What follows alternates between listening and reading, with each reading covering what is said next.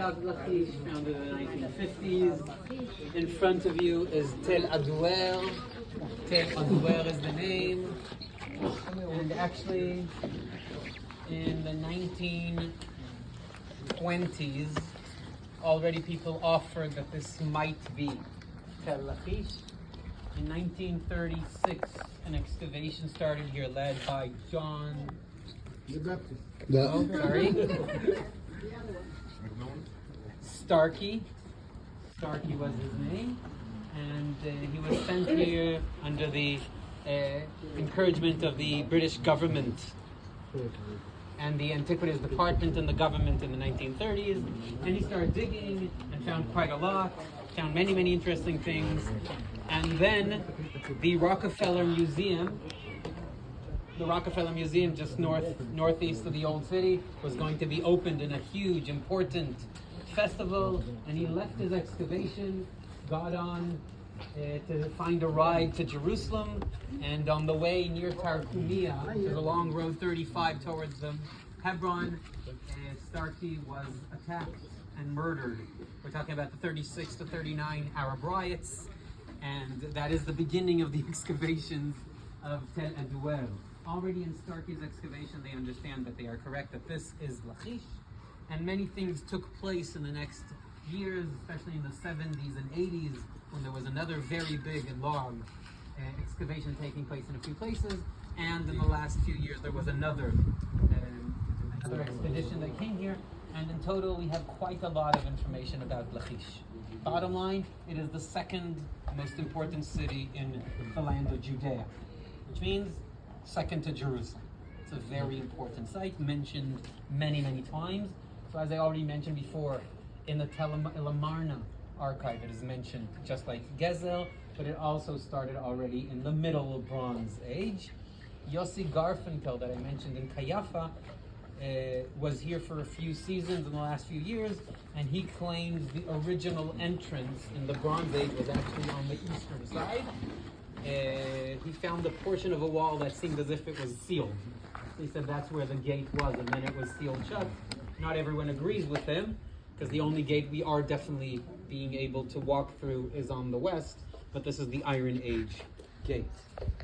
The city is mentioned in the book of Chronicles, Divrei Hayamim, as one of the cities fortified by Rehoboam, the son of Solomon. We mentioned him already today. And that's very interesting. Following the sites he fortifies, almost all his fortifications are along the western part of his kingdom. But for that we need to stop for a moment and say, wait a minute. The tribes of Israel split into two different kingdoms, Israel and Judea, after Solomon died. The border in between them is roughly in the area of Ramallah of today, more or less. And the only place Rehoboam does not fortify is the border. He actually says, I'm fortifying something else, which is really weird, unless you understand that he actually claims, I don't need to fortify inside my kingdom. These are rebel tribes. They're really under my control. If I'll build a wall there, he will create a new border. Saying that we're separate. He's actually claiming that they're together. Of course, no one took him seriously, and everyone kept on living in two different kingdoms for the next 2 centuries. But as a king, he's actually claiming, I also control that. You don't want me, that's your problem. But he fortifies the west, and in the excavation in the last few years, they also found a portion of fortification renovated or built between the 10th and 9th centuries BCE, maybe touching that description of the king Rehoboam of Judea. It is mentioned more and existing till the Persian period, when it lessens and lessens and eventually disappears and everyone forgets about it. And then for the next more than 2,000 years, no one was here till the new excavations and the discovery of Tel Lakhish. On the way, there's one more thing to mention, and that is the prophet Micha. Micha and the 12 small prophets. He was actually himself a resident of one of the towns or cities of this district, and in chapter 1, he describes an upcoming attack that I will already tell you. It's the Assyrian attack of 701 BCE. And he describes how all the towns are falling in front of these Assyrians, but he's talking about it as it's going to happen in the future. And every name of the towns and cities he mentions, he plays with their name in Hebrew and actually says what will happen to it. For example, Retom ha-machresha larechesh yoshevet Lakhish. Tie your plow to the chariot or to the wagon, those that sit in Lakhish. Rechesh and Lakhish are almost the same word. He plays around with the sound. And actually say, in a moment, Lakhish won't be here anymore. And Moreshet Gat won't be here anymore. And Maresha won't be here anymore. And city after city after city describes how the Assyrians are going to come and wipe this whole place out, including his own hometown. He's actually describing how the whole region of the Shfela will be taken by the enemy approaching and nothing will stop. As a prophet, he's actually saying, let's do something before it's too late. And of course, as usual, people don't listen to the prophets, so it becomes too late. So he used to live here? He's not in Lakhish, and he's Micha HaMorashti. He's from Moreshet Gat, which is identified just a few miles northeast to us. So he's from the area. He's a local. He knows every town and knows their names, and actually can reflect them. So that's the bottom. That's the beginning. As we all know, it's mentioned by the Assyrians, and we're going to talk about that in a moment. And it's mentioned by Eyal Meron as the ugliest bridge ever built in an archaeological site in Israel. 5 people as we arrived here all mentioned it and remember that very important saying of Eyal Meron. So yes, it's an ugly one, but it's also wheelchair accessible, at least to the gate itself. So there's a plus. What do we have in Tel Lakhish? I'll do it from the end in. So the first thing we have here are the ancient fortifications. We'll be able to see the Iron Age fortifications, the Bronze Age ones. I'm not sure I'm going to take you all the way to the other end to see them. What we have in addition is the attack done by the Assyrians. And Tel Azakai said that maybe there's an Assyrian siege ramp. Why do they make a siege ramp and how is it built? We'll get to that shortly. Here, the siege ramp was easily identified because in all directions this Tel has steep slopes all around except one spot where they built the visitor center. And they on purpose built the visitor center here because it's the easiest access. The Assyrians, of course, knew this. So they built their camp where the cowsheds are over there of Moshav Lakhish and actually filled up with earth and formed the siege ramp. Now look at this area in front of you and you'll notice it's just a pile of rock and dirt. This isn't the natural slope of the hill. This is a pile poured here. In the excavation, they were digging through this, and they didn't understand why they find loads of bothering someone. Wow, loads of pieces of slingshot rocks and arrowheads and pieces of armor and weaponry and a lot of things till they actually understood, hey, this is actually where the siege ramp was built by the Assyrians. And that makes me open Isaiah 37. Isaiah was another prophet of the same time in the days of Hezekiah with the attack, Sennacherib attacking him. And he describes the Assyrian method. He says to the king that don't worry, Jerusalem will not have the same fate as other cities. What will the Assyrians not do? They will not shoot arrows. They will not bring big shields ahead, and they will not pour a ramp up towards the walls.